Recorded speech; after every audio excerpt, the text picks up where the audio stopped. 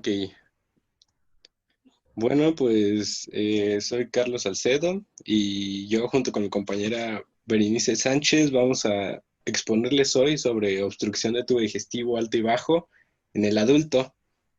¿Me puedes dar a la siguiente, por favor?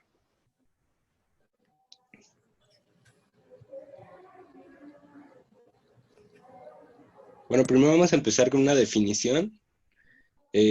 Una obstrucción, bueno, nos vamos a enfocar más específicamente a obstrucción de intestino delgado y grueso. Y bueno, esta es la definición. Toda condición orgánica o funcional que impide directa o indirectamente la propulsión normal del contenido del tubo digestivo desde la boca hasta el ano. Es decir, eh, puede ser algo que, que sea solo fisiológico o que sea orgánico, es decir, que esté, por ejemplo, obstruido por algo. Ahorita vamos a ver la clasificación y lo vamos a entender más. La siguiente, por favor. Bueno, aquí está la clasificación. Se va a clasificar en diferentes formas. De acuerdo al punto de vista patogénico, pues vamos a tener dos tipos de obstrucción, la mecánica y la funcional. La mecánica, como les decía, va a corresponder, por ejemplo, a, no sé, un tumor, a algo que está obstruyendo a ese intestino. Y en cambio la funcional tiene que ver más con el movimiento muscular del intestino y entonces no hay una adecuada peristalsis. También tenemos una clasificación que es por la relación entre la causa y la pared intestinal. Puede ser extrínseca, intrínseca e intraluminal. Extrínseca es decir, que viene del exterior de la pared del intestino, es decir, algo que comprime, por ejemplo, un absceso en el peritoneo o un tumor en el abdomen, pero no precisamente que esté dentro del intestino, puede obstruir. Por ejemplo, la intrínseca tiene que ver más con adentro de la pared. A este también le suelen llamar transluminal. Es dentro de la pared del intestino, pero no dentro de la luz. O sea, dentro de en las células podría ser. Y en este, pues, incluye, por ejemplo, un edema, incluye, por ejemplo, algo que suceda dentro de la pared intestinal. Y por último tenemos el intraluminal, que va a ser dentro ya de la luz del intestino, es decir, por donde va pasando el bolo se puede obstruir, no sé, por alguna, mm, no sé, o sea, algo que obstruya, ahorita lo vamos a ir viendo, que no deje que pase el bolo y no haya una adecuada evacuación. Entonces, esa es esa clasificación. Hay otra por el grado de obstrucción, puede ser completa, puede ser parcial, es decir, no pasa nada, es completa o está pasando parcialmente el bolo fecal, eso sería parcial. La siguiente, por favor. Por la ausencia o presencia de isquemia, pues hay simple, que sería como sin isquemia, y hay otra que es con estrangulación, es decir, se afectan ya las arterias de ese intestino y entonces hay también un problema, aparte de obstrucción, hay un problema de irrigación y esto puede generar pues una isquemia, una necrosis. Por la severidad de obstrucción, pues tenemos moderada y grave.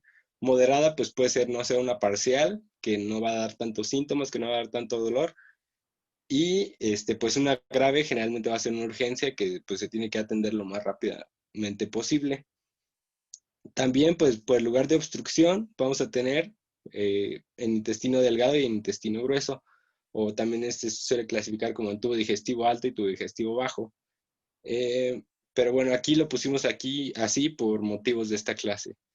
Y por último, hay por forma de obstrucción en asa abierta y en asa cerrada. En asa abierta quiere decir que la obstrucción va a ser solo en un solo punto del intestino y en asa cerrada la obstrucción va a ser en dos puntos, es decir, tenemos el intestino y está, ahorita vamos a ver una foto más adelante cuando veamos algo sobre adherencias y ahí les va a quedar más claro, pero en asa cerrada son dos obstrucciones que se juntan y entonces al intestino le empiezan aparte de que está obstruido y que no dejan que salga ni entre nada, empieza a haber isquemia y necrosis. Entonces pasamos a la siguiente, por favor. Bueno, vamos a empezar con epidemiología y etiología. Esto lo juntamos en unas diapositivas porque pues es muy similar.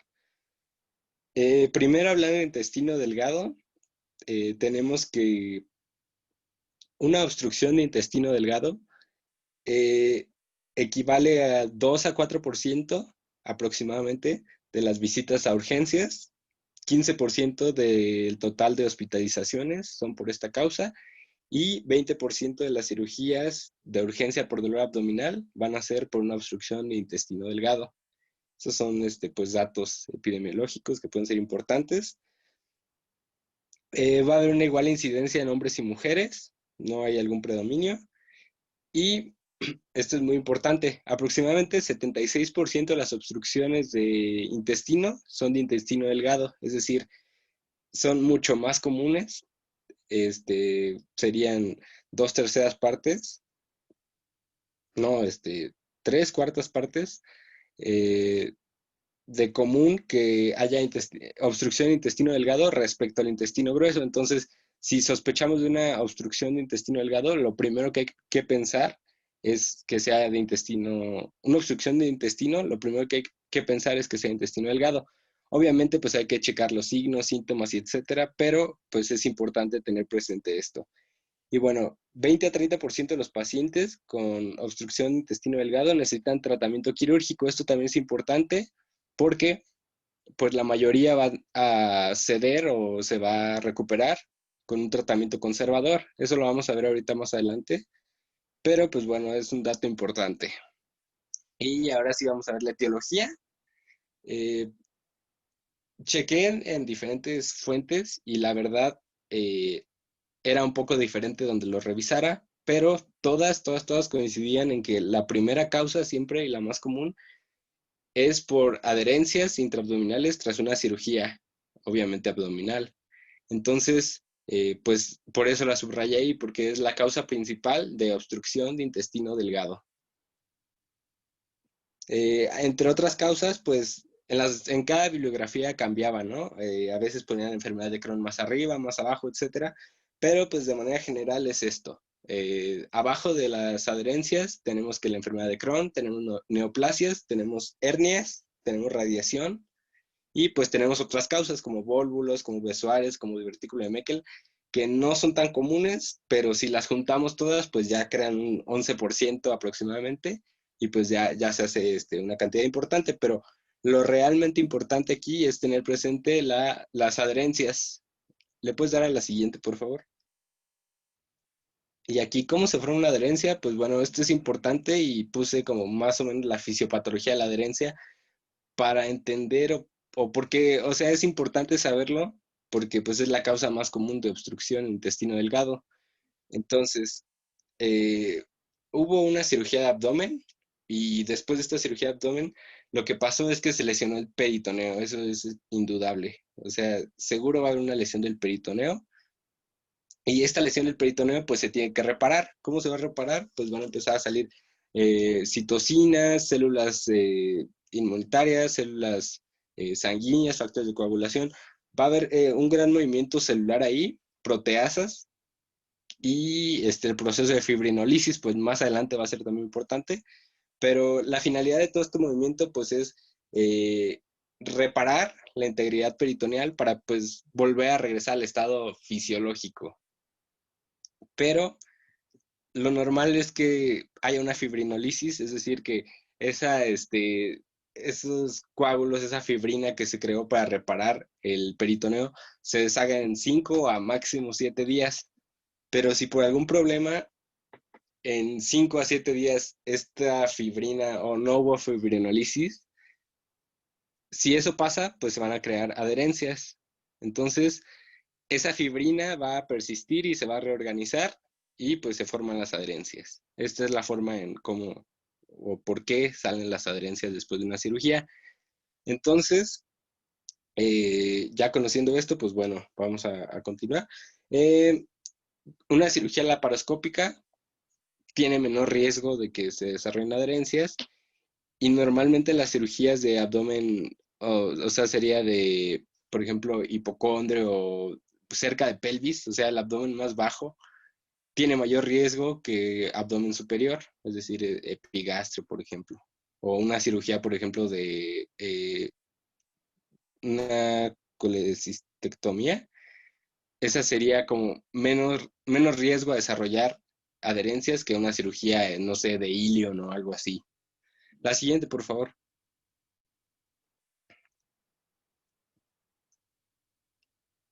Y bueno, pues aquí tenemos una imagen donde podemos ver más o menos cómo son las adherencias. No encontré muchas imágenes, esta fue la mejor que encontré. Bueno, y la siguiente, pero pues aquí me gustó cómo nos enseña cómo son o cómo van a estar distribuidas más o menos las adherencias. Y pues miren, en la imagen, en el cuadrito que tiene en la parte superior, sería el ejemplo de una obstrucción nasa abierta. Ya ven que les dije que había nasa abierta y nasa cerrada. Esa sería un ejemplo de una obstrucción nasa abierta del intestino delgado. Es decir, la obstrucción está solo en un lado por la adherencia y ya después el intestino continúa. Y la que está debajo, la que está a su izquierda, esa no le hagan mucho caso, la verdad no entendí bien cómo está dentro, pero esa no tiene mucha importancia para lo que les estoy explicando ahorita. Y entonces la que está abajo sería en asa cerrada, porque vean cómo en 2 puntos alcanza a obstruir esa adherencia. Entonces, pues esto era lo que les quería ilustrar desde más atrás. La siguiente, por favor. Tú mismo lo dijiste, Carlos, ¿no? Estas, las dos que tenías del lado derecho son obstrucciones extrínsecas y la que Sí, tienes en el lado izquierdo es una intraluminal. ¿Okay? Está dentro de la luz intestinal, estas adherencias, y eso es lo que está causando obstrucción. ok, ¿Qué sigue? gracias. Y pues bueno, aquí tenemos una imagen de cómo está una adherencia. Ahí justo donde está el punto A es donde está el lugar de obstrucción y cómo la parte que continúa hacia arriba de la imagen, hacia la esquina superior izquierda de la imagen de la pantalla, esa parte de intestino ya estaba sufriendo isquemia, pero todavía era viable. Entonces lo que se hizo pues fue retirar esa adherencia y pues ya continuó el intestino. La siguiente, por favor. Y bueno, aquí más o menos les expliqué las otras causas. La enfermedad de Crohn, la verdad no quise profundizar mucho porque pues sé que es un tema que vamos a ver más adelante. Vamos a ver enfermedad de Crohn como tal. Entonces, por eso pues lo resumí en esto, en que eh, la enfermedad de Crohn va a causar obstrucción del intestino delgado, generalmente por fibrosis o si hay exacerbaciones de la enfermedad por inflamación. Esa inflamación pues va a causar que se obstruya el intestino delgado. Las neoplasias son importantes también porque pues es una causa, no tan común con las adherencias, pero es una causa que pues puede ser provocada o puede provocar obstrucción intestinal. Y pues bueno, esta puede ser o puede que las neoplasias obstruyan de manera extrínseca o de manera intrínseca. De manera extrínseca, pues, por ejemplo, bueno, un tumor extrínseco o por invasión local. Lo más frecuente, pues, es que sea por cáncer colorectal o por un adenocarcinoma de ovario, cáncer de mama, alguna metástasis también podría ser. Y también pueden haber neoplasias dentro del intestino o neoplasias propias del intestino delgado, como el adenocarcinoma o tumores carcinoides. Es una causa poco común, menor al 3% de los casos, pero podría suceder y pues hay que conocerlo. La siguiente, por favor. Y pues algo también importante son las hernias. Eh, las hernias van a tener, o bueno, hay mayor riesgo de estrangulación, menor riesgo de que sea o sea, al tener hernias hay mayor riesgo de que la obstrucción sea estrangulada, es decir, que haya un problema circulatorio también.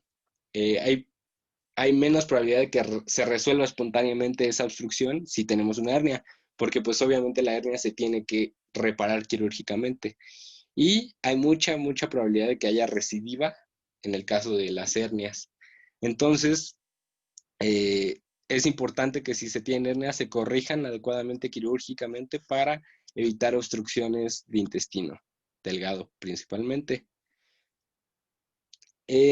Las hernias femorales pues son las que dan el mayor riesgo de estrangulación intestinal Y pues otras hernias que pueden provocar obstrucción intestinal pues son las inguinales o las incisionales, que estas son posquirúrgicas, pero las más importantes son las femorales. Y ahí les puse una imagen de cómo se ve una hernia femoral. Es en caricatura, pero pues es para entenderlo.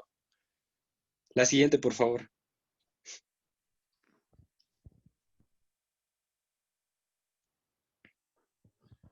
Y bueno, después seguimos.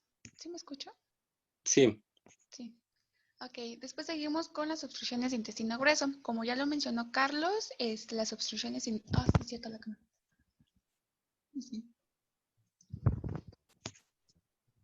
Ya, las obstrucciones en intestino grueso, estas van a corresponder del 20 al 24% de todas las obstrucciones en intestino, porque pues la mayoría van a ser en intestino delgado.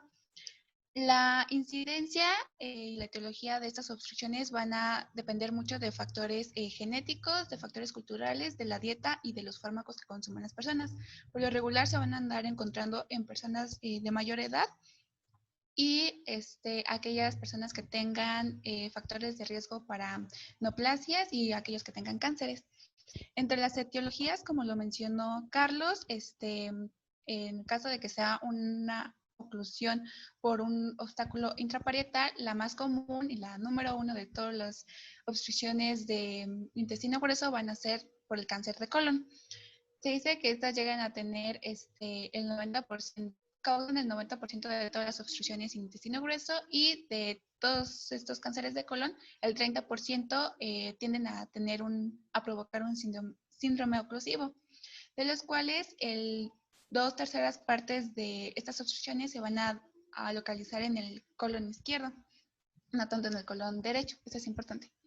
Entre otras causas por obstáculo intraparietal van a ser las enfermedades inflamatorias por diverticulitis, enfermedad de Crohn, enfermedad de Hirschsprung, isquemia, invaginación, estenosis anastomósticas, entre otras.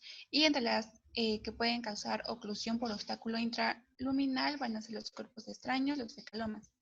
Y los que pueden causar una obstrucción por obstáculo extraluminal van a ser los vólvulos y el 60% se encuentra en el colon sigmoides y el 39% se encuentra a nivel fecal.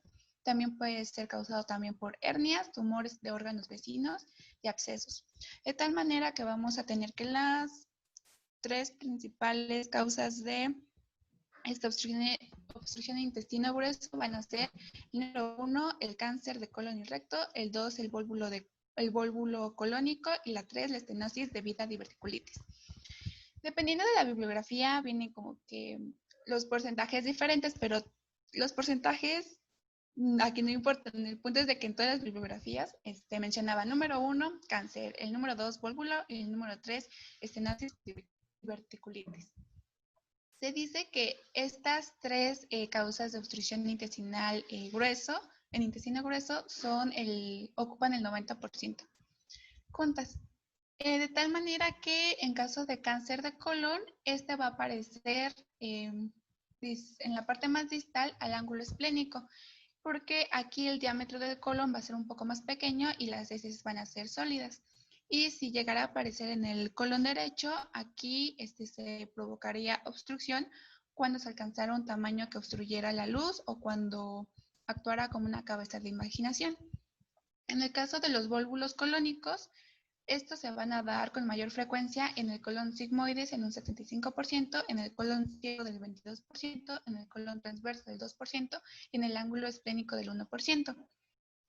Aquí en el caso del vólvulo del colon, para que sepan qué es, los vólvulos del colon van a ser un estado en el que el intestino se va a torsionar sobre su propio eje mesentérico. Y aquí esta puede causar una obstrucción completa o parcial. Y la afectación aquí va a ser importante porque puede andar afectando la perfusión sanguínea y puede causar isquemia. Entre los factores predisponentes para tener vólvulos del colon es que tengan un estreñimiento crónico, que las personas sean mayores de 70 y 80 años y que consuman fármacos psicotrópicos porque estos van a modificar la motilidad intestinal y pues los hacen más predisponentes a las torsiones. En el caso de los divertículos, estas van a ser invaginaciones o sacos anormales de la pared del colon que se producen debido a la interacción de las altas presiones intraluminales, los trastornos de la motilidad, las alteraciones de la estructura del colon y las dietas bajas en fibra. El punto de estos es que se van a formar en el lado mesentérico de las tenías, donde las arteriolas pequeñas van a penetrar en la capa muscular cuando estas atraviesan la pared del colon. Estos, por lo regular, se van a localizar en el colon sigmoide y en el descendente, y va a haber una hipertrofia de la musculatura que van a hacer que el diámetro luminal de paso de la materia fecal pues se va reducido, y ya después si hay mucha inflamación de esa parte, entonces va a provocar una estenosis en la parte afectada, porque no todos los divertículos causan obstrucción. Entonces, en el caso de que causaran obstrucción, sería porque hay una inflamación crónica muy grande en esa zona, y pues estrechara el diámetro de la luz y pues causaría la obstrucción, pero esta obstrucción suele ser parcial, insidiosa, y no tiende a ser completa. La mayoría de las personas que se encuentran divertículos va a ser, la bibliografía dice que se encuentra en un 30% en las personas mayores de 60 años y del 60 al 80% en las personas mayores de 80 años, y nada más del 10 al 20% de todas las personas que tengan divertículos van a presentar síntomas. En el caso de la fisiopatología, para ver cómo afecta una obstrucción intestinal pues al cuerpo, es que independientemente del origen de la oclusión, sí, cierto, me falta decirles que la mayoría de las oclusiones en el intestino grueso son de origen mecánico. Independientemente del origen de la oclusión, que fuera mecánica o no, en intestino delgado, intestino grueso, se va a dañar la pared intestinal, y esta nos va a causar una discordancia en la actividad muscular, que esta va a ser responsable de la interrupción del tránsito de la materia fecal. Este efecto nos va a provocar que encima de la zona ocluida haya dilatación intestinal como respuesta a la reacción inflamatoria que se está viendo en esa zona. Esta dilatación nos va a causar una estasis digestiva, y esta estasis digestiva va a ser responsable de los trastornos tanto hidroeléctricos, el aumento de la presión intraabdominal y la translocación bacteriana que se llegue a dar. Si hay translocación bacteriana, entre más translocación bacteriana haya, más peor va a ser el pronóstico del paciente, porque puede causar infecciones después. En el caso de los trastornos hidroeléctricos, aquí es importante porque se van a deber a un secuestro del líquido. Este secuestro del líquido va a ser a dos niveles, a la luz digestiva y al nivel de la pared. En caso en que sea al nivel de la luz digestiva, aquí va a ser porque el obstáculo pues no deja pues pasar lo que tenía que pasar. Y en el caso que sea de la pared, va a ser porque va a haber un aumento de la permeabilidad capilar, y esto nos va a ocasionar una gran inflamación y oclusión por el obstáculo que está impidiendo su paso. Secuestro del líquido nos va a ocasionar un tránsito profundos trastornos volémicos hidroeléctricos que nos van a contribuir a la larga a elevar la presión intraabdominal. Aquí es importante el nivel en que se lleve a cabo la obstrucción intestinal. Entre más arriba del tracto gastrointestinal se lleve la obstrucción, más trastornos hidroeléctricos va a acarrear. Y entre más abajo se lleva a cabo la obstrucción intestinal, menos trastornos hidroeléctricos se van a ver reflejados. Entre más arriba, entonces, va a estar presente más las pérdidas hidroeléctricas equivalentes a agua, sodio, ácido y potasio, por lo que puede ocasionar una alcalosis metabólica, hipoclorémica e hipopotasémica. Ya después, si no se corrige, puede causar una deshidratación intracelular. En el caso de que ya después de que haya una translocación bacteriana, los factores que la favorecen sería una pulvación bacteriana. Esta se da por una alteración en la motilidad intestinal, el uso de antibióticos, como son los psicotróficos, que les hablaba en el caso de, de los vólvulos, la ausencia de bilis intestinal, etcétera. Y también puede ser causada por una lesión en la barrera intestinal, que se da por una alteración en la microvascularación, en el caso que sean debidas por estrangulación y pólvulos que pues comprometen el flujo sanguíneo. Y también pueden ser causados por una inmunodepresión, como es en el caso de las enfermedades de Crohn.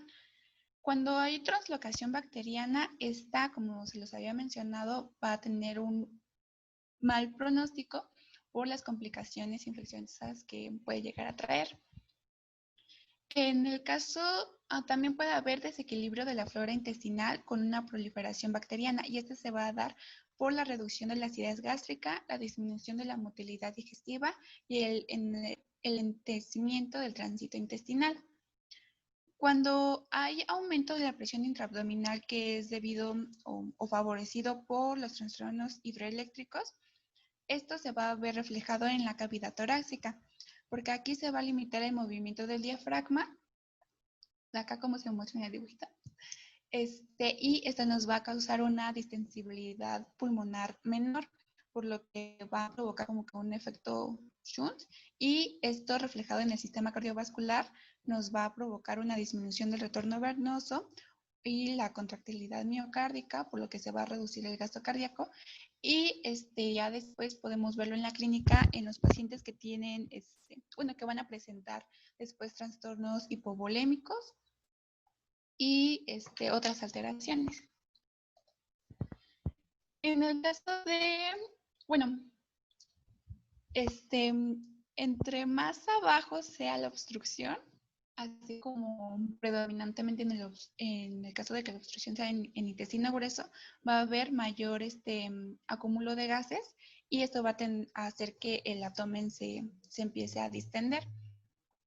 Este abdomen va a estar predominantemente distendido por gases y en poca proporción por heces y líquidos. También otra cosa que puede ocurrir en las obstrucciones es que haya un atrapamiento de un segmento, como ya se vio, y puede ser ocasionado por una hernia o por un vólvulo. Aquí son importantes porque, como ya lo mencionamos, el aporte sanguíneo se va a ver afectado, y si se ocluye el suministro arterial de esa zona, puede causarnos una isquemia, y si no se corrige pronto puede causar una necrosis o una gangrena. En el caso de que, bueno, también se puede producir otra forma de compromiso vascular, aparte del atrapamiento, que es que si el intestino proximal al punto de obstrucción se distiende hasta que la presión intraabdominal de la pared intestinal supere la presión capilar. Esta presión nos va a ocasionar que se prive la oxigenación de esa zona, y esto también nos podría causar una necrosis isquémica, que por lo regular lo causan las obstrucciones mecánicas y las pseudoobstrucciones. Pero también la puede causar una obstrucción en asa cerrada, que, como ya lo mencionó Carlos, pues va a haber un atrapamiento de los segmentos distales y proximales de esta parte del intestino. Y esta obstrucción en asa cerrada se puede presentar en las hernias estranguladas y en los vólvulos. La forma más frecuente de obstrucción en el intestino grueso, que es por tumor, aquí el tumor lo que va a ocasionar es que la luz del intestino se vea afectada, pero aquí va a depender mucho si hay una válvula ileocecal competente y si está incompetente. Si la válvula ileocecal es competente, el colon tampoco va a poder descargar su contenido proximalmente hacia el intestino delgado, y esto nos va a causar una distensión gradual del colon, porque va a aumentar tanto la presión del ciego y de los vasos de la pared intestinal, que van a hacer que se ocluya, y eso nos va a producir una necrosis y la perforación. En el caso de que sea una válvula ileocecal incompetente, el tránsito sí se va a poder regresar al intestino delgado. En las radiografías lo podríamos ver como una, o sea, también distensión en el intestino delgado.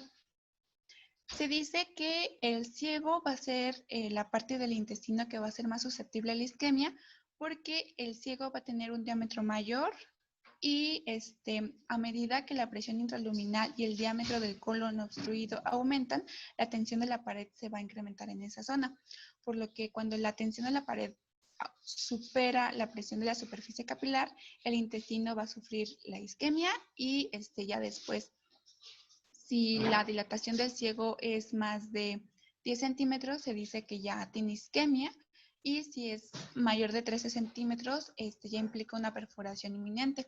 Así como también en otras partes del intestino grueso, tienen unos diámetros que ya dicen a partir de los 14 o a partir de los 13 centímetros ya es peligro de perforación inminente. Entonces, en esos casos ya tendría que hacerse una cirugía de urgencia. En el caso de las manifestaciones clínicas, vamos a tener que van a ser un poco similares, pero tienen diferencias. O sea, tienen unos puntos importantes en cuanto a las que son causadas por intestino delgado y las intestino grueso. En el cuadrito de arriba yo les puse una tablita donde las comparaban porque así como que es un poco más sencillo ver cuál era su origen. Se dice que las obstrucciones en el intestino delgado en su inicio van a ser de manera brusca, y en el intestino grueso va a ser más solapado, más paulatinamente, porque si recuerdan, en el intestino grueso se debe más como a cánceres y en el intestino delgado a adherencias. Entonces, pues el cáncer no aparece de la noche a la mañana. Entonces sus síntomas pues van a ser insidiosos y repetitivos. El dolor en el caso del intestino delgado va a ser más intenso que en el intestino grueso. El tipo de dolor en el intestino delgado va a ser de cólico periumbilical, y en el intestino grueso va a ser moderado y en hipogastrio, pero todo depende si tiene peritonitis o no. La emisión de gases en el intestino delgado se va a presentar en algunas veces, y en el intestino grueso no se va a presentar. La distensión va a ser más notoria en el intestino grueso. En el intestino delgado casi no tiene distensión, pero entre más abajo, entre más acerca de la parte final del intestino delgado, más distensión se va a ir presentando. Los vómitos en el intestino delgado van a ser precoces y van a ser abundantes. Primero empiezan los vómitos de contenido alimentario, después biliar y después fecaloide. Y en el intestino delgado los vómitos, rarísima a la vez, es cuando se andan encontrando, y si se encuentran es porque ya el proceso ya estaba muy avanzado. Y el estado general, en el caso de la obstrucción de intestino delgado, va a ser un deterioro precoz, porque como se los mencioné, los trastornos hidroeléctricos van a estar más presentes si es una obstrucción de intestino delgado que en el intestino grueso. Y ya después están los cuadritos grandes, donde ya están las características como que más puntuales de cada tipo de obstrucción. En el caso de la obstrucción de intestino delgado, aquí se dice que debutan clásicamente los pacientes con una forma brusca de dolor cólico en mesogastrio, con vómitos, distensión abdominal, estreñimiento, ausencia del tránsito en función y va a haber ausencia del tránsito en función del grado de la obstrucción. Pero también este tránsito se puede ver, también puede haber tránsito si es una obstrucción parcial y si es una obstrucción completa, dependiendo de dónde esté. La magnitud de los síntomas va a depender del grado de obstrucción, ya sea si es obstrucción completa o parcial, la localización y la duración de la obstrucción.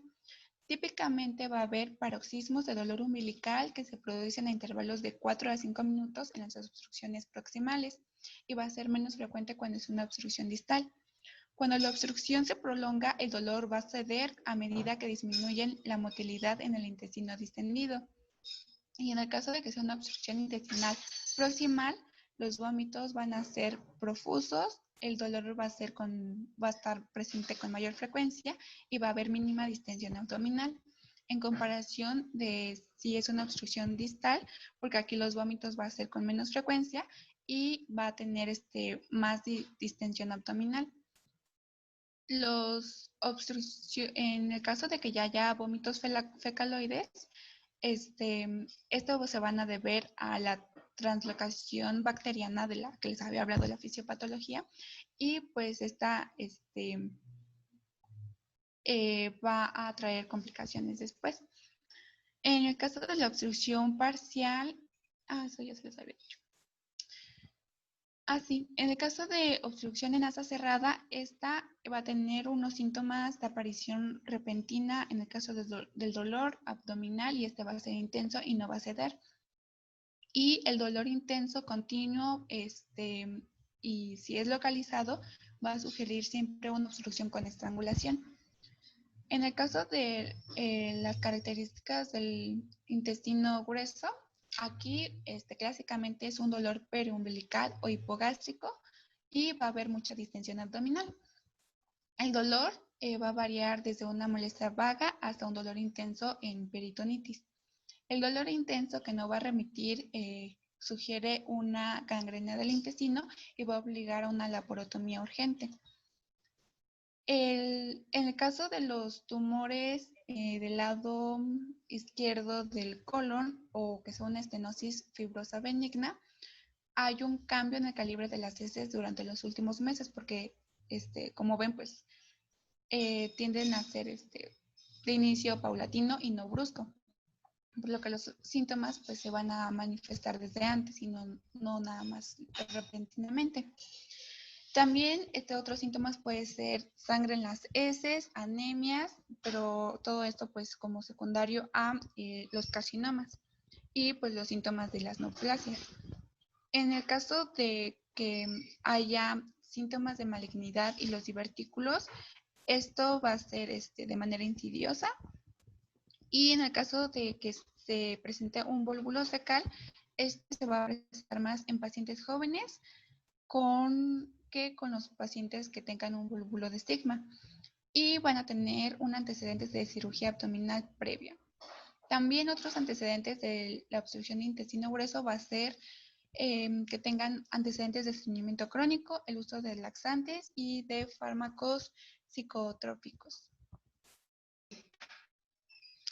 Ya después en el examen general, ¿cómo vamos a encontrar al paciente? Pues va a tener afectación del estado general, y su estado de hidratación va a estar afectado, va a ser más afectado si se encuentra en un paciente de obstrucción de intestino delgado que de intestino grueso. También hay fiebre, alteraciones hemodinámicas como alteración en el pulso y la tensión arterial. En la inspección del abdomen, nos vamos a encontrar un abdomen distendido. Esto se va a presentar más de forma, en el caso que sea un ilio adinámico, y va a ser más local si es un ilio mecánico. En la auscultación, al principio vamos a encontrar ruidos hidroaéreos aumentados, de lucha y metálico en el caso de intestino delgado, y borborismos en el intestino grueso. Ya después, en fases avanzadas, nos vamos a encontrar silencio abdominal, y esto es un signo patognomónico de la obstrucción intestinal. En el caso de la percusión, esta nos va a ayudar a evaluar la distensión dependiendo del origen del contenido que esté provocando la distensión. Como va a haber un aumento de la cantidad de gases en las obstrucciones, entonces va a ser un sonido timpánico. En la palpación va a haber un dolor selectivo a la descompresión abdominal, y este va a ser esencial en el caso de que haya una irritación peritoneal, pero puede estar disminuido, ausente en los pacientes ancianos. También podemos encontrar un viento en tabla, pero también puede estar ausente en la mayoría de los pacientes mayores. Y también podemos tener un signo de rebote típico, y este va a depender en la localización del proceso de la obstrucción. Y también podemos tener este compromiso de la integridad del sistema nervioso, así como la velocidad y instauración del cuadro. También se dice que la presencia de una masa dolorosa en el punto de la hernia inguinal femoral, o del lugar de donde estén las hernias, nos puede sugerir una estrangulación o una obstrucción de asa cerrada, como la etiología de la obstrucción. Esto ya lo vimos que pues, las hernias también son las principales causantes desde las obstrucciones de intestino delgado. Mm. Y Ahora pues seguimos bueno, con diagnóstico. sí vamos a hablar de diagnóstico. La siguiente, por favor.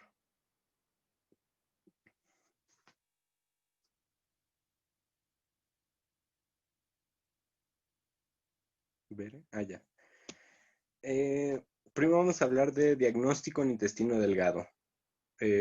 Pues primero vamos a tener la clínica, ¿no? Primero que nada el interrogatorio y vamos a detectar factores de riesgo que nos pueden hacer sospechar de una obstrucción intestinal.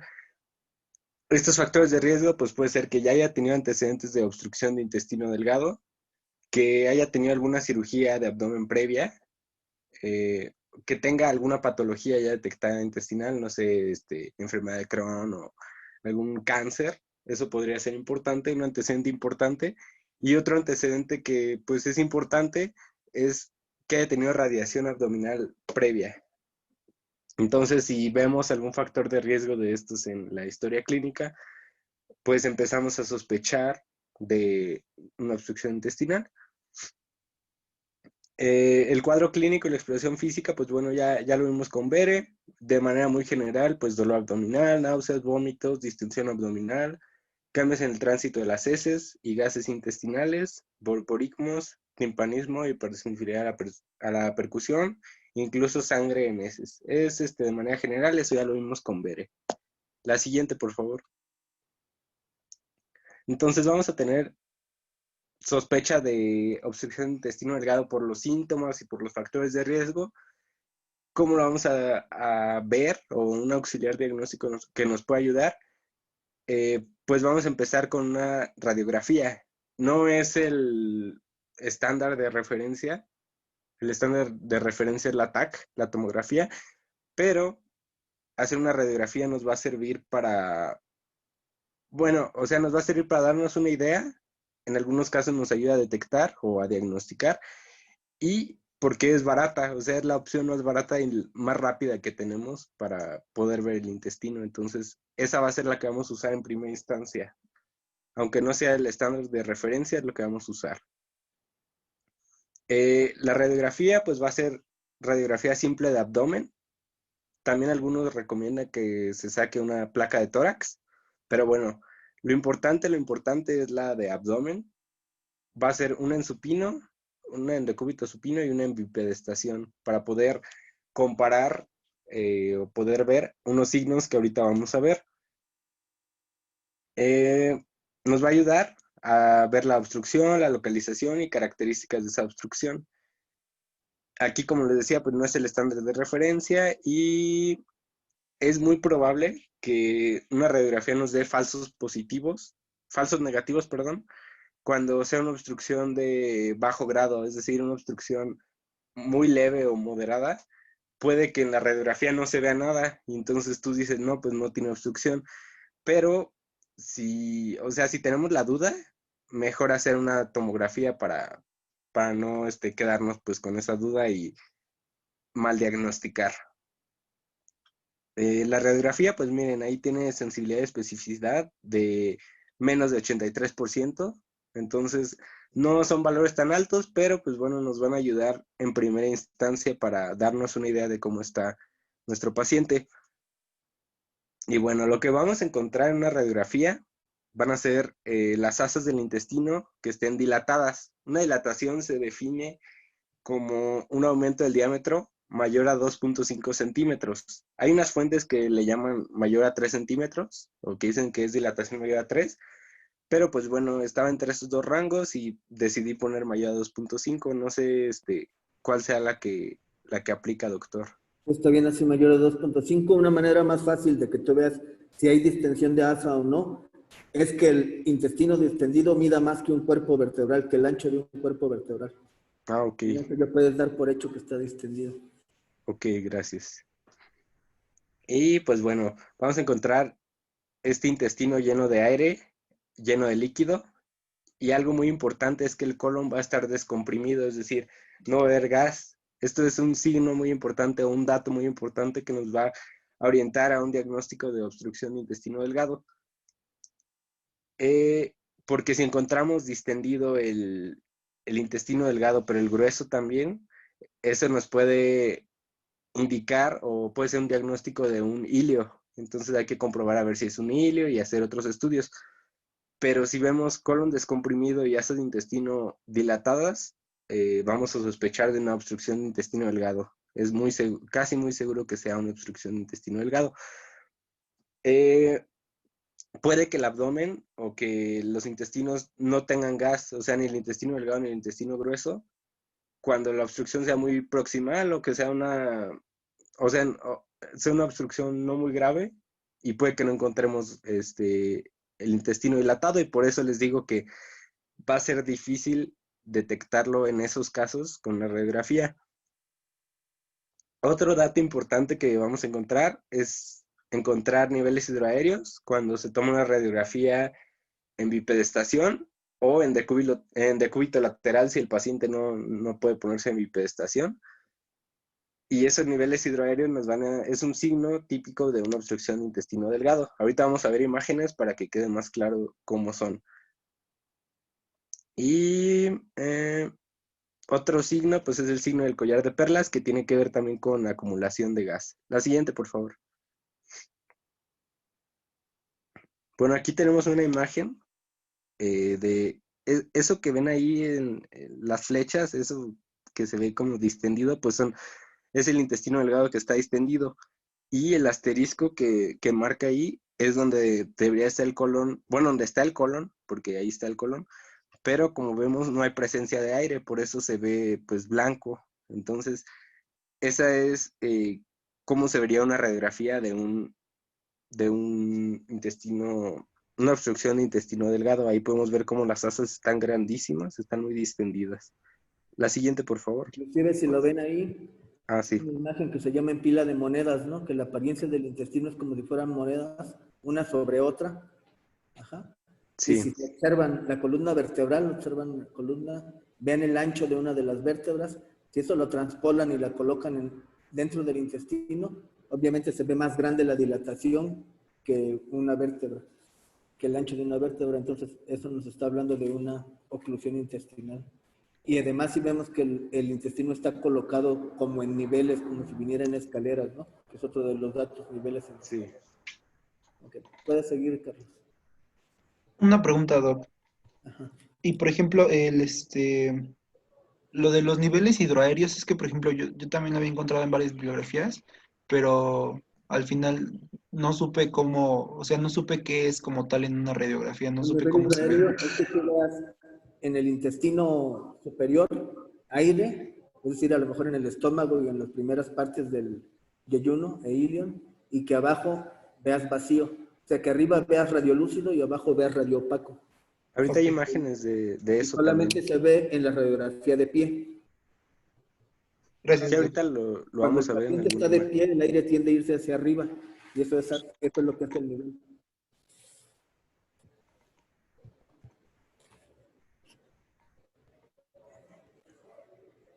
Se puede seguir, Carlos.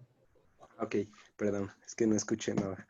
Eh, bueno, aquí tenemos otra imagen de cómo se ve, igual la dilatación intestinal, podemos ver ahí cómo está muy dilatado el intestino delgado y el colon se puede apreciar un poco, pero pues lo importante aquí es poder ver cómo se dilatan las asas del intestino y pues también si hacemos lo que dijo el doctor de tratar de poner el ancho de la vértebra en el intestino, pues vemos que está casi al doble, entonces está muy dilatado.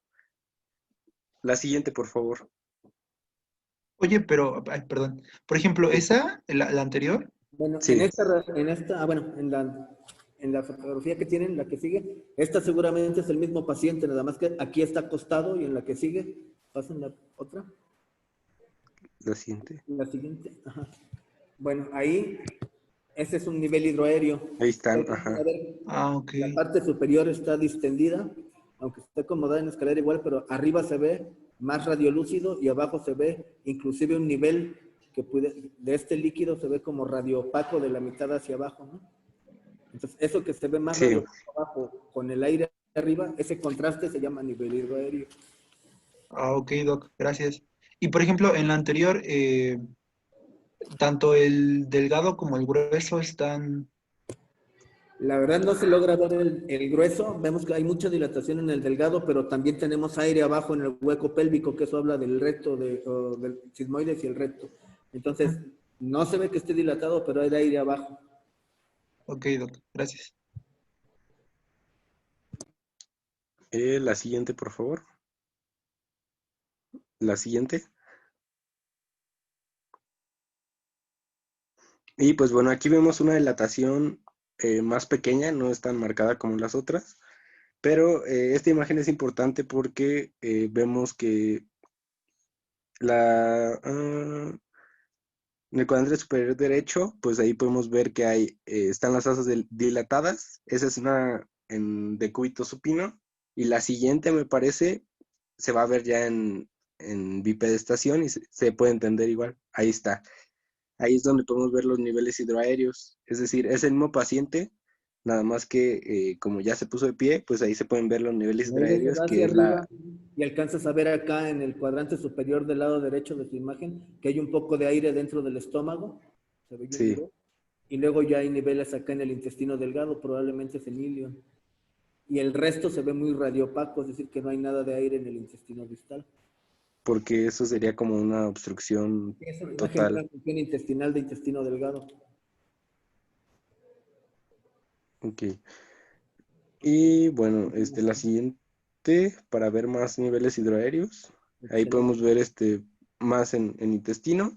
Y esos puntitos que se ven chiquitos, creo que la imagen no ayuda mucho, pero es para ver el signo del collar de perlas, que es una acumulación igual de como burbujitas de gas. eh, en, o sea, es una acumulación también de gas y se ve ese típico signo, son como muchas bolitas juntas y por eso le llaman el collar de perlas, que es un signo también de obstrucción de intestino delgado. Esas tres imágenes, últimas tres imágenes, son las imágenes patognomónicas de oclusión intestinal del tubo digestivo alto. Ajá. O sea, es decir, de ayuno ileal. Así se ven, ¿no? Niveles hidroaéreos superiores con ausencia de aire distal. Radiopaco todo el resto. Ok, Continúa, por favor. sí, la siguiente, por favor. Aquí otros niveles hidroaéreos, pues para que quedara bien claro, por eso puse como muchas, pero al final es lo mismo que ya se explicó. Y lo que está arriba también es el estómago, que también tiene nivel hidroaéreo. La siguiente, por favor. Y bueno, ya vimos radiografía, ahora vamos a ver la tomografía. Esta va a servir para determinar la presencia de una obstrucción de intestino delgado, qué tipo de obstrucción es, dónde está la obstrucción. Vamos a poder incluso hasta ver la etiología de esa obstrucción, entonces es la de mayor utilidad, por eso es el estándar de referencia.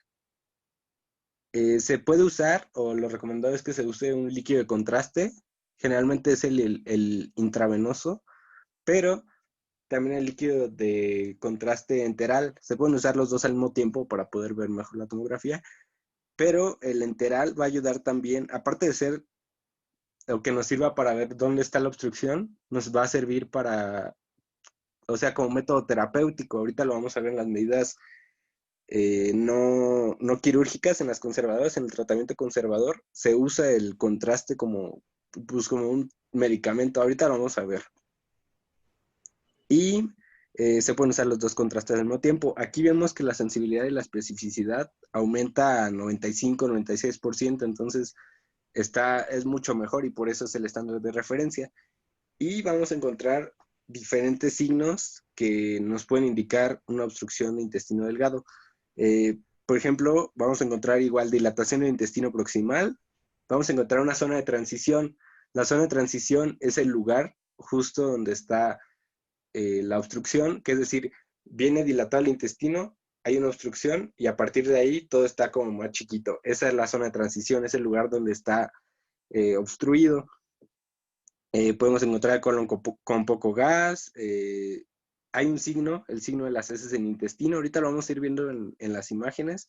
Tenemos otros signos que son importantes, por ejemplo, el signo del remolino, que eso nos puede indicar una obstrucción nasa cerrada. que tiene que ver como con una modificación ahí del mesenterio y de las arterias. Pero bueno, o sea, sí parece un remolino, ahorita lo vamos a ver. ¿Qué otro signo que sea importante? Pues bueno, la neumatosis intestinal, también ahorita lo vamos a ver, como la importancia que tiene la neumatosis. Y bueno, ese cuadrito pues se lo puse para que lo chequen más a detalle, pero pues bueno, vamos a ver las imágenes para que sea como más visual esto. La siguiente, por favor. Aquí está una tomografía que fue tomada en decúbito supino. Aquí, al contrario de la radiografía cuando estaba en bipedestación o en decúbito lateral es cuando se veían los niveles hidroaéreos, pero aquí, al contrario, cuando esté en decúbito supino, por la simple gravedad, se van a ver los niveles hidroaéreos, porque pues el aire se va a ir hacia la parte de arriba y el líquido hacia la parte vertebral, que es la parte de abajo. Entonces, lo que vemos ahí arriba, esos son niveles hidroaéreos que nos van a indicar. Es el intestino delgado que tiene niveles hidroaéreos que pues, nos va a ayudar, nos va a indicar que es una obstrucción de intestino delgado. La siguiente, por favor. Ay, bueno, está dilatado también, por eso se ve así tan grande. Aquí también, pues son otros niveles hidroaéreos. Y donde está la flechita, es la parte donde está descomprimida. O sea, es decir, como es el punto de transición, porque donde está la flechita amarilla es parte intestino, pero ya no está dilatado. Entonces, ahí es el lugar donde está la obstrucción. Y la parte que está a su derecha, todo eso, pues son niveles hidroaéreos, que es lo que está dilatado y lo que está obstruido, se está acumulando ahí líquido y gases. La siguiente, por favor. Recuerden que en las tomografías que son de tubo digestivo, la anterior, tiene medio de contraste bioral, por eso alcanzan a observar como dentro de cada una de las asas del intestino que están como bolitas una al lado de otra, la parte de abajo se ve muy blanca porque es el medio de contraste y la parte de arriba se ve más oscura porque es aire. Y de pronto hasta donde llega la flecha que está a su lado izquierdo, hasta ahí llega el medio de contraste y a partir de ahí ya solamente pasa muy poco, ¿no? Entonces, ese es el nivel de la obstrucción. Todo lo que ven hecho bola del lado izquierdo está pasando el medio de contraste y de pronto se atora ahí. Y ya no pasa de manera adecuada hacia el resto. ¿Ok? ¿Y eso no es peligroso, Doc? Sí, O pues sea, está que le den el equilibrado. medio de contraste y que pues, ya se quede ahí. No, es que es bueno. Bueno, no es bueno ni malo, es para Bueno, hacer el diagnóstico. ajá. ¿Cuál es la complicación que se puede perforar? Si se perfora, pues ese medio de contraste o todo el líquido pues, se va a ir a la cavidad intestinal. ¿Ok? Ok, Doc. Siguen, por favor. La siguiente, por favor. Aquí podemos ver cómo hay dilatación. Aquí no hay medio de contraste, aquí solo vemos cómo está la dilatación. Y justo donde está la flechita es el punto de transición, es decir, es hasta donde llega la obstrucción. Ya arriba de la flechita, pues ya a partir de ahí sí el intestino Observan ya como no que se está. va apelotonando todo el intestino, se va dilatando.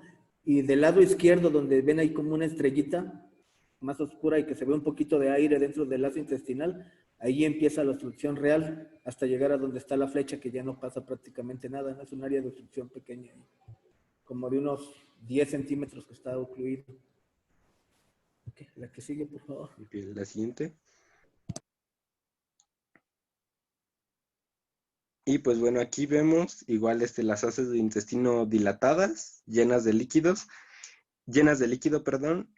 Y otro signo que podemos encontrar son esos anillos concéntricos que significan que hay un engrosamiento de la pared del intestino y un edema, o sea, hay un edema de la pared del intestino, por eso está así como un halo que se marca. Y hay también pérdida de la grasa mesentérica. La siguiente, por favor. Aquí está, es como una obstrucción ya más severa. Vemos como una gran parte del intestino está muy dilatada, entonces esto es como más grave. Y en este caso hay estrangulación, por eso vemos como que se borran los bordes o se hacen muy delgaditos, porque hay estrangulación y hay mala perfusión, o sea, también hay líquido de contraste que pusieron intravenoso y entonces como es una con estrangulación, pues hay mala perfusión, entonces por eso se ve así. Y bueno, eso es como lo importante que les quería poner. La siguiente, por favor. Aquí está el signo del remolino, como si realmente se ve como un remolino. La siguiente.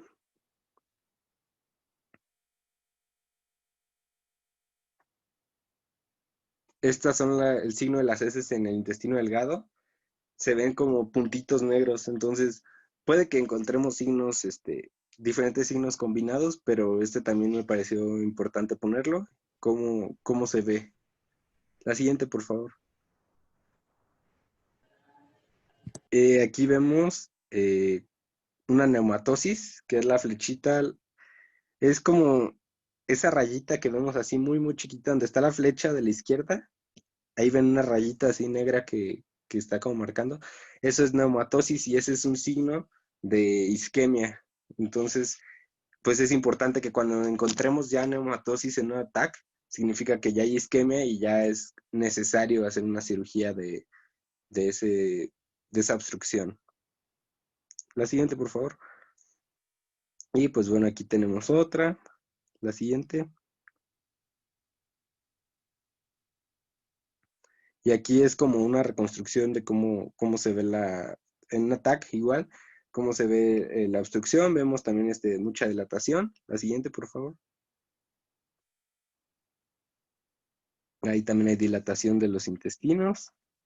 La siguiente.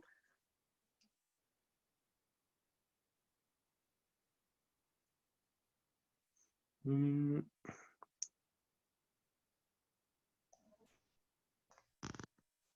Igual también está la dilatación de su lado derecho, donde está la flecha gruesa, esa parte del intestino está dilatada y la parte de acá del lado izquierdo ya está más, ya no está tan dilatada. La siguiente, por favor.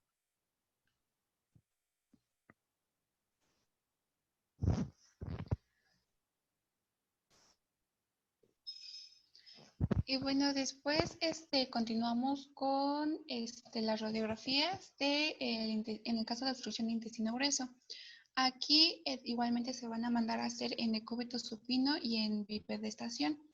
Se dice que se va a considerar patológico cuando el calibre del colon transverso supera los 6 centímetros y en el ciego va a ser de 9 centímetros y que hay un alto riesgo de perforación si el ciego es mayor de 12 y en otras bibliografías decía que era mayor a 13 centímetros. Aquí puede ocurrir distensión gaseosa que nada más afecte al colon transverso o también al ascendente y al ciego. El punto es que tenemos que ver, evaluar si la válvula ileocecal es competente o es incompetente. Por ejemplo, en la radiografía A se muestra, es una obstrucción de intestino grueso por neoplasia del sigma, en donde va a haber dilatación del marco colónico hasta el sigma. Aquí donde termina la flechita es donde terminaría. Y esta se ve que nada más afecta pues al colon cuando tiene una válvula ileocecal competente. Si tiene la válvula ileocecal incompetente, entonces ya va a haber dilatación en el intestino delgado, así como se muestra en la radiografía de la imagen B, en donde ya hay dilatación de las asas del intestino delgado.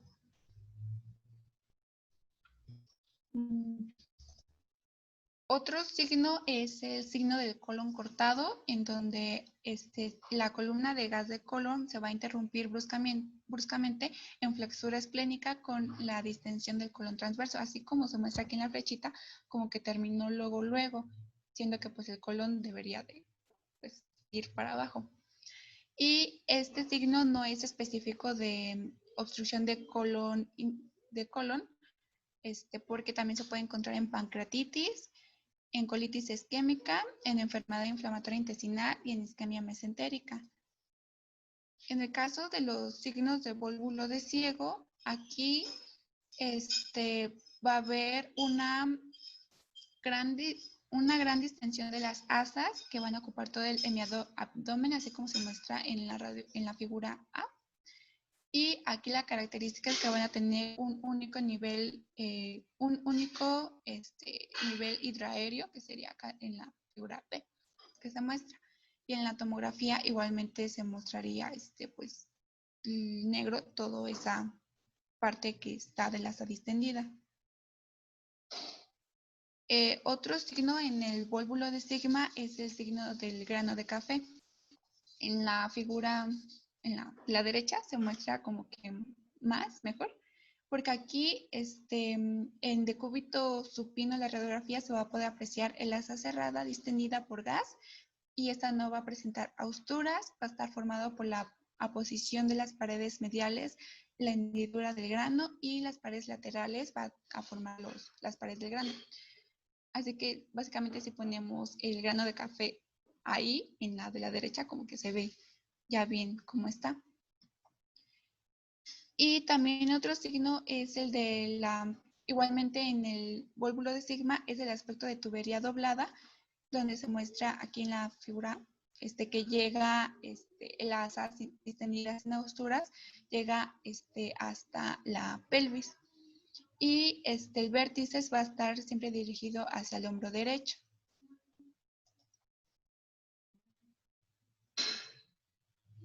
Aquí es igualmente otra radiografía del vólvulo de sigma del lado derecho y del vólvulo del ciego del lado ¿no es cierto? Derecho y izquierdo.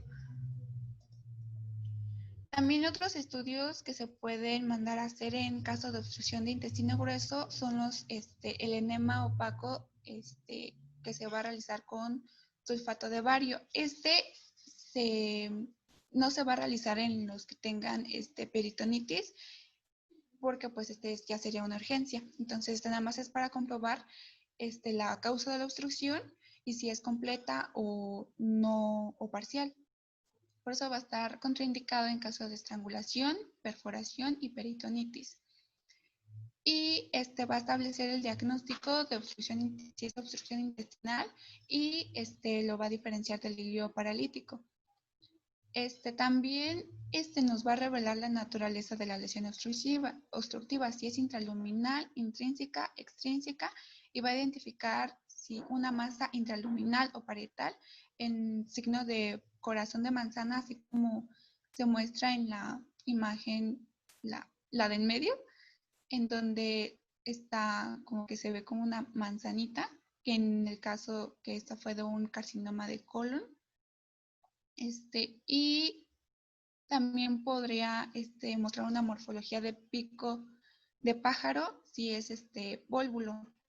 Así como, y en la primera imagen se muestra si es la estenosis, donde pues todavía hay paso del contraste por el paso del intestino. Aquí está lo del signo del pico de pájaro. Siento que en la imagen que se da en los vólvulos y en la imagen, la primera del lado izquierdo, se ve mejor el pico del pájaro. Y del otro lado está pues la imagen del vólvulo. Este es un patrón mucoso en espiral o signo de pájaro.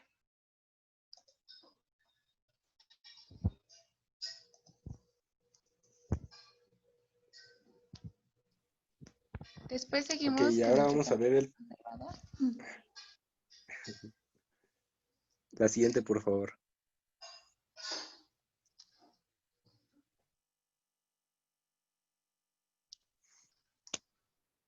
Bueno, el tratamiento conservador, de manera muy general, o bueno, este va a ser el tratamiento inicial, va a consistir en limitar la vía oral, es decir, ya no queremos seguir introduciendo esto generalmente en obstrucciones completas. Ya no queremos seguir metiendo comida o seguir metiendo líquido, porque pues se va a hacer más obstrucción. Entonces vamos a limitar la vía oral, vamos a hacer reposición de líquidos con soluciones isotónicas, con Harman o con salina, dependiendo. Esto generalmente va a ser en la de intestino delgado, pero en el intestino grueso se puede llegar a requerir, si es necesario, pues se tiene que hacer una sonda Foley, vamos a colocar, para estar evaluando el estado del volumen intravascular funcional, es decir, para estar evaluando cuánto está filtrando los riñones, etcétera. Vamos a hacer una reposición de electrolitos y del equilibrio ácido-base en caso de ser necesario. Es decir, es importante como dar este manejo primario para después poder valorar si necesita cirugía o no, pero lo primero es estabilizar electrolitos, estabilizar la deshidratación y algo muy importante del tratamiento es la descompresión gastrointestinal con una sonda nasogástrica, es decir, se introduce una sonda nasogástrica, obviamente a este estómago, y se va a drenar todo o sea, va a ser el líquido y el gas que tenga acumulado, y esto va a ayudar a reducir la presión, va a ayudar a reducir los síntomas, obviamente, y va a mejorar el cuadro de manera general. Entonces, es importante la descompresión gastrointestinal con una sonda nasogástrica, porque también se ha usado una sonda nasoyeyunal, pero pues vieron que no es muy efectiva, entonces lo más efectivo es una sonda nasogástrica. También una profilaxis antibiótica, esto en caso de que se vaya a requerir cirugía. No en todos los casos, o sea, no a todas las obstrucciones les vamos a dar antibióticos, pero si sospechamos, no sé, de una peritonitis y va a entrar a cirugía el paciente en 2 horas o algo así, pues ahí sí es importante un tratamiento antibiótico. Y lo más recomendado pues es con cefalosporinas de segunda generación, como la cefoxitina. La siguiente, por favor. Y ya de manera más específica,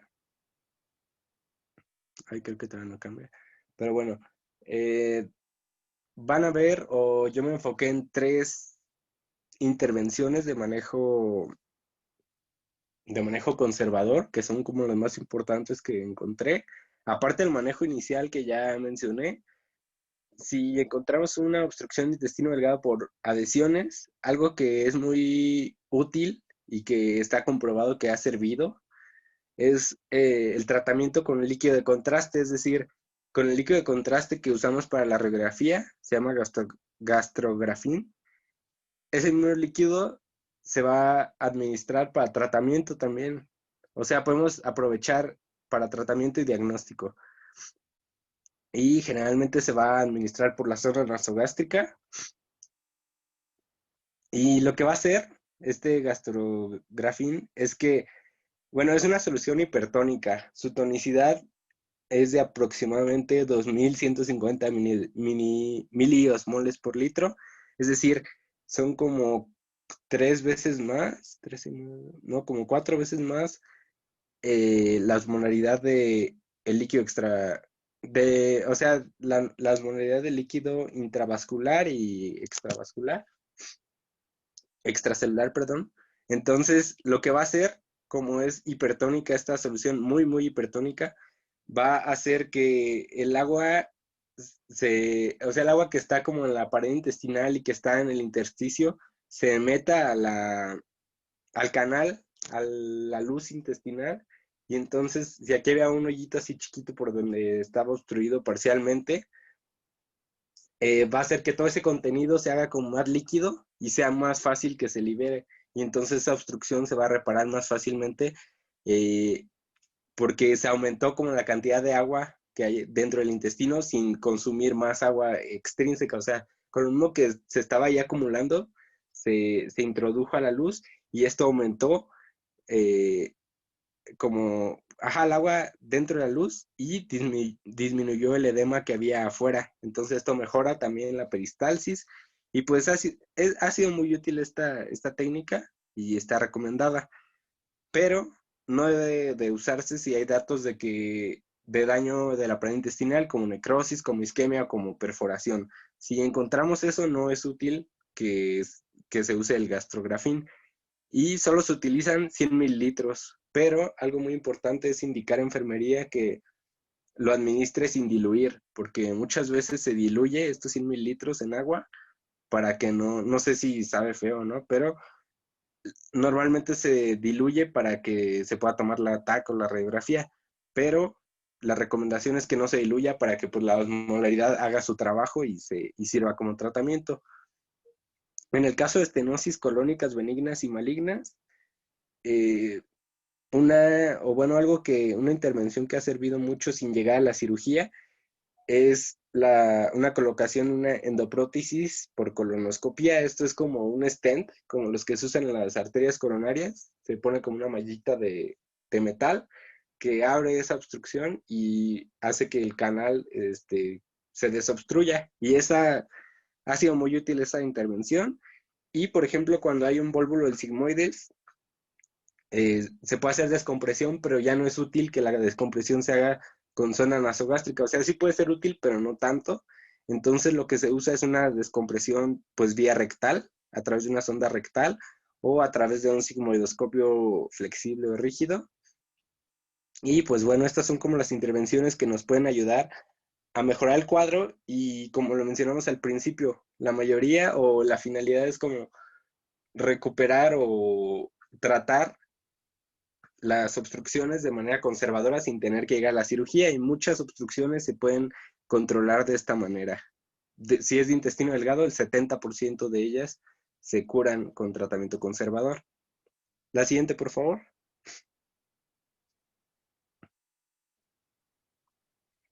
Y bueno, ya hablando de tratamiento quirúrgico, vamos a hablar, esto ya es lo último. No, después vienen complicaciones, pero ya casi acabamos. En el caso de intestino delgado, de una obstrucción de intestino delgado, vamos a tener indicaciones para una cirugía inmediata. La indicación de que se haga una cirugía inmediata, o sea, no es tan recomendado que se haga una cirugía de urgencia, porque si tiene adherencias, al hacer la cirugía se van a hacer más adherencias. Entonces, lo recomendado no es como rápido hacer una cirugía, pero si se tienen estas indicaciones, ahí sí es necesario hacer una cirugía inmediata. Es decir, si encontramos compromiso intestinal, que es isquemia, es necrosis o es perforación intestinal, ahí a fuerza hay que hacer una cirugía de urgencia. O si la causa de esa obstrucción se puede quitar con una cirugía, por ejemplo, una neoplasia podría ser, o un cuerpo extraño que está ahí, que se puede extraer con una cirugía, pues adelante, ahí sí se podría usar una cirugía. Pero en caso de adhesiones, nunca va a haber una cirugía inmediata, no es indicación si tiene, o si se sospecha de adhesiones, no es indicación una cirugía inmediata.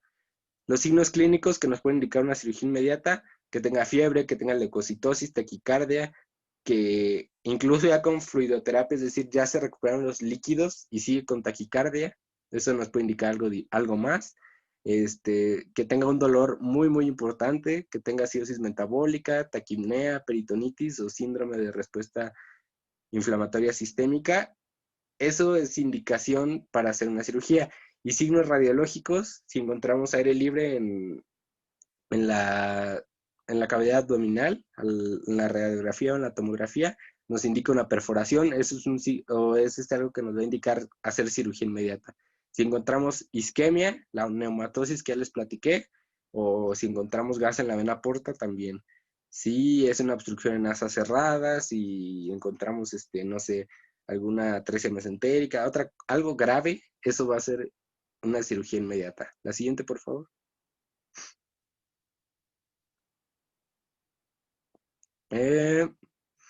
La obstrucción de intestino delgado por adhesiones, la cirugía recomendada se llama adhesiolisis laparoscópica. Ahorita tenemos un video para checarlo, cómo se hace, está interesante. Si es una hernia, o sea, si tenemos que llegar a la cirugía con una hernia, que es lo más común. La de adhesiones ya les dije que generalmente se trata de manera conservadora, pero si tenemos que llegar a una cirugía, pues es con una adhesiolisis laparoscópica. Si tenemos hernias, pues va a ser una reducción y reparación con laparotomía. Si tenemos un tumor o algún cuerpo extraño, pues se retira por laparoscopía o por laparotomía. Y si ya encontramos a la cirugía un pedazo de intestino, una porción de intestino ya no viable, es decir, ya está necrótica, ya no se le ven signos de vida, pues eso se tiene que hacer una resección. se tiene que quitar. Pero si es una porción muy grande, no sé, 40% del intestino delgado o algo así que sea muy, muy grande, pues entonces ahí, si no sabes si la viabilidad es incierta, entonces vas a dejar 24 o 48 horas sin manipular y solo con tratamiento conservador para ver si cede y si mejora. Si vemos que hay necrosis o que ya hay mucha isquemia o algo así, entonces ahí se tiene que hacer una resección igual, por la paroscopía o por la paratomía. La siguiente, por favor. Y bueno, aquí tenemos un video. Son como 2 minutos, pero pues está interesante porque se ve cómo se va retirando. Si quieren, se los dejo para que lo vean ya en sus casas o si lo quieren ver ahorita. Bueno, pues ya vamos a verlo. Son 2 minutos.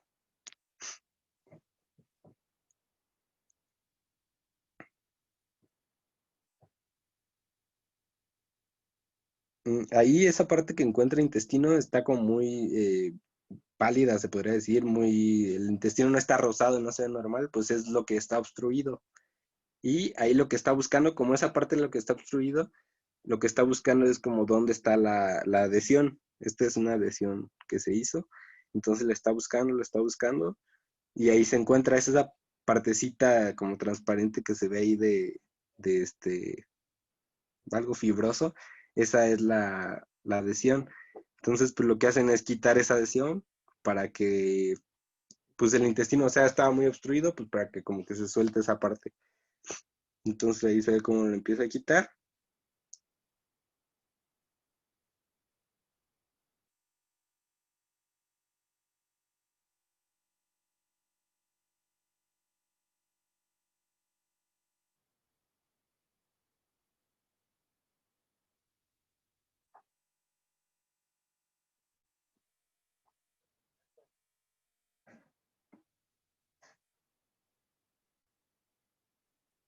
Y pues bueno, ahí ya se ve cómo se suelta, ya casi creo que ya va a salir. Ahí está cómo se suelta el asa intestinal y pues bueno, eso es lo que les quería mostrar, pero ahí les dejé el link por si lo quieren revisar con más calma. Está interesante. La siguiente, por favor.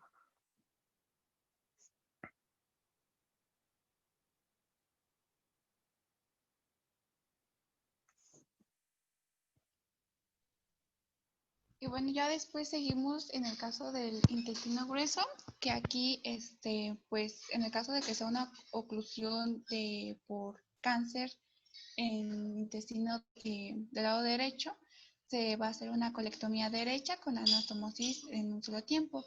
En el caso que sea del lado izquierdo, se va a hacer igual una colectomía izquierda o del estigma junto con una colostomía terminal y la creación de un reservorio Hartmann. Y en el caso que sea un vólvulo de ciego, pues una resección ileocólica. Y en el volúbulo sigmoides y diverticulitis, como ya lo dijo Carlos, pues va a ser una dilatación endoscópica con valor de estenosis, nada más de que en estos casos, cuando se usa una dilatación, tiende a la recidiva.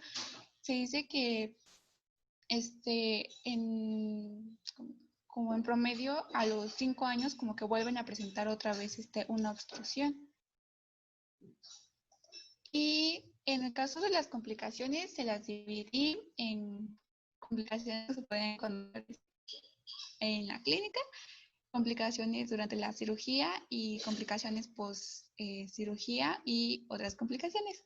En las complicaciones en la clínica, cuando estamos con el paciente, está la neumonía, la insuficiencia respiratoria, embolia pulmonar, complicaciones cardíacas, ilio prolongado y peritonitis. Esto todo dependiendo pues del esto por los trastornos hidroeléctricos, por ¿cómo se llama? Por el aumento de la presión intraabdominal y en caso de las complicaciones quirúrgicas, pues están las infecciones de la herida, las infecciones intraabdominales, que haya hemorragia intraabdominal, necrosis, perforaciones intestinales y pues peritonitis.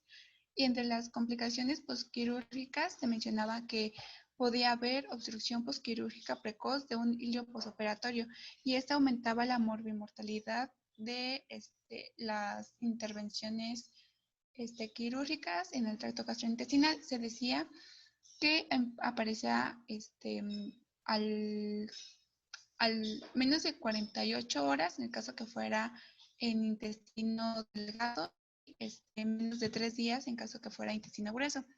Y las manifestaciones iban a ser náuseas, vómitos, distensión abdominal y dolor abdominal, pero también se podían encontrar hasta el 4 o el 8 días después posoperatorio.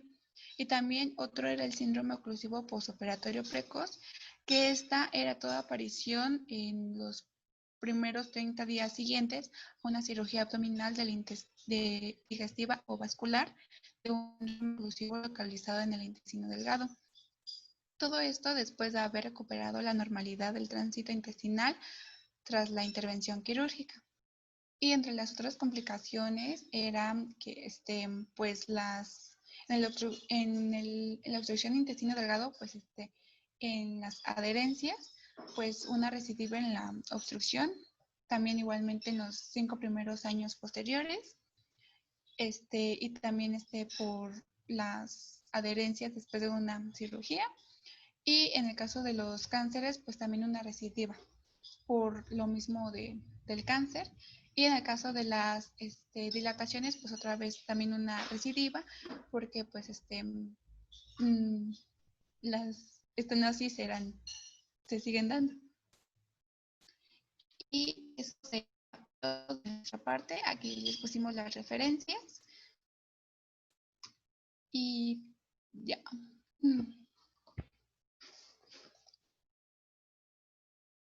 ¿Tienen alguna duda?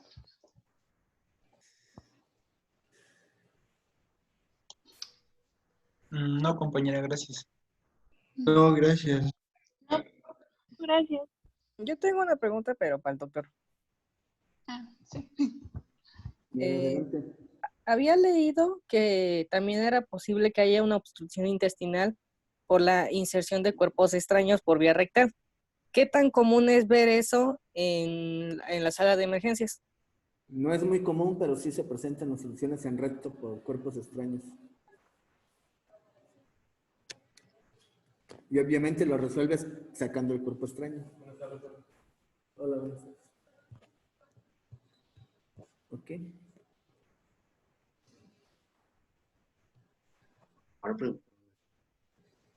Doctor, yo tengo otra duda. Había unas bibliografías donde decía signo de escaleras. ¿Es lo mismo que niveles hidroaéreos? Sí, Ah, porque ok. aparentemente en ese epónimo se ve como que estuviera colocado como como escalones. Por eso le llaman niveles hidroaéreos o signos de la escalera. Sí, gracias, doctor.